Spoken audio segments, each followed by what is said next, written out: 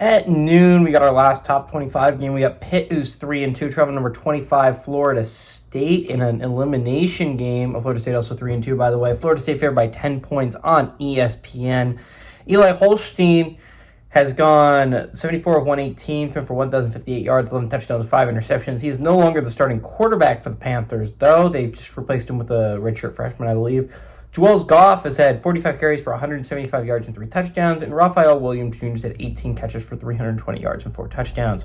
Tommy Castellanos has gone 70 of 115, thrown for 1,120 yards, 6 touchdowns, 5 interceptions. Gavin Sawchuk has had 53 carries for 281 yards and 6 touchdowns, and Deuce Robinson has had 23 catches for 433 yards and 3 touchdowns.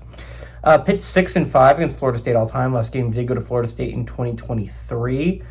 Florida State has not won at home since 1980, though. Pitt is 3-0 in one-possession football games in this series. Okay. Narduzzi, by the way, is 1-1 against the Seminoles in his career at Pitt, and Norvell is also 1-1 against the Panthers in his career at Florida State. Okay. Anyways. Very important game because Florida State's on the brink of elimination. Again, it's an elimination game. Whoever loses this game, their at-large chances go from very low to 0, basically. I don't think we're going to see a 9-3 team make the college football playoffs this year. And if it's going to be a team, it's not going to be Pitt or Florida State, right? So whoever loses this game is basically out when you're talking about college football playoff picture and at-large hopes. Maybe Pitt can sneak back in there if ACC has a really bad year, but I doubt a 2-loss ACC team can make the college football playoffs.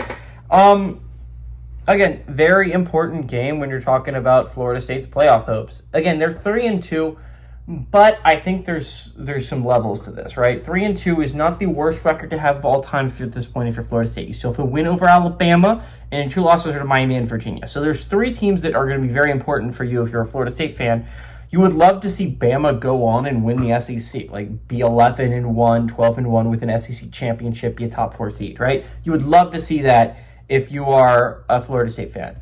You would also love to see Miami and Virginia play each other in the ACC championship. You would love to see 11-1 Virginia versus 12-0 Miami, and that's where you're sitting, right? So Florida State would then be sitting in a favorable position where 10-2 could get them into the college football playoffs. You'd have a win over a very good Bama team, and your losses are not that bad. Again, it's going to be hard if you're Florida State. You're going to be sitting likely at 10-2. If you win out, you're talking about probably Virginia and Miami making it above you. You would love to see Georgia Tech flop down the stretch if you're Florida State, because the chances of them letting in 3 ACC teams isn't super high. The chances of letting them in 4 seems rather low. So if you're talking about it from that perspective, I think it's hard to imagine Florida State trying to make this playoff run.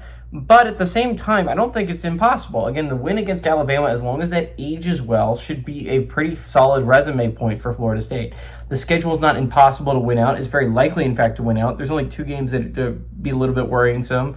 Go a trip to NC State, it's probably not going to be the easiest thing on planet Earth. And go into the swamp to Gainesville, probably not going to be the easiest thing on planet Earth. I still like Florida State's playoff shots. I like this as a Florida State bounce-back game. They lost 2 in a row. I don't think that it'll be 3. Give me the Noles to eliminate the Pitt Panthers, and by a lot, give me the Noles to win and cover at home.